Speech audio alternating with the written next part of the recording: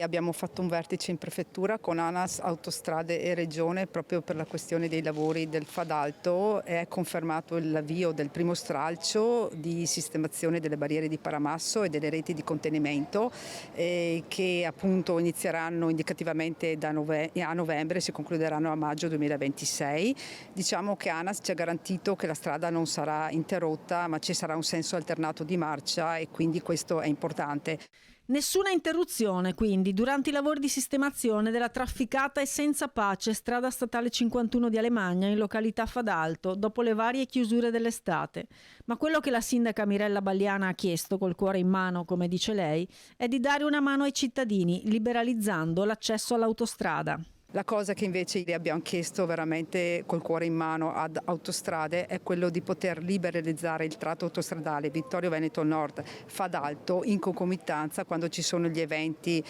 così importanti di pioggia e che il Fadalto viene chiuso con il semaforo rosso. Ecco, noi auspichiamo che ci sia un accoglimento della nostra richiesta perché i disagi quando c'è l'interruzione del tratto per le popolazioni che abitano a Fadalto Nord e poi nell'Alpago sono veramente tanti. La fine dei lavori, prevista a maggio 2026, investirà quindi anche il periodo olimpico del prossimo anno, quando le strade dell'Alto Veneto saranno investite da un carico di traffico inusuale e forse anche da un turismo mordi e fuggi. Tutta l'Alemagna, voglio dire, è un continuum di cantieri,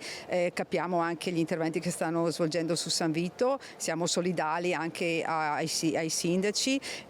però cerchiamo appunto di usufruire delle infrastrutture che ci sono già sul territorio, ad esempio come l'autostrada che ha arrecato anche un danno sotto l'aspetto economico ambientale del Fadalto. Io penso che sia un gesto anche di solidarietà collettiva e civile restituire nei momenti di emergenza, ripeto, alla popolazione, a coloro che devono andare a lavorare quotidianamente una gratuità del tratto, se no sono costi aggiuntivi per le famiglie.